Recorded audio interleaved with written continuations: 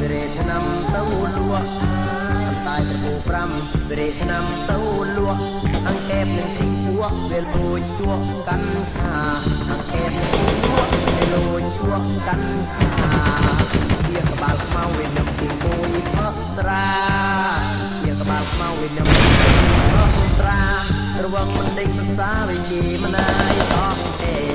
រវងមិនដេញសរសាវិជីមណាយតោះទេក៏ផ្លៃរៃរត់រួតមេ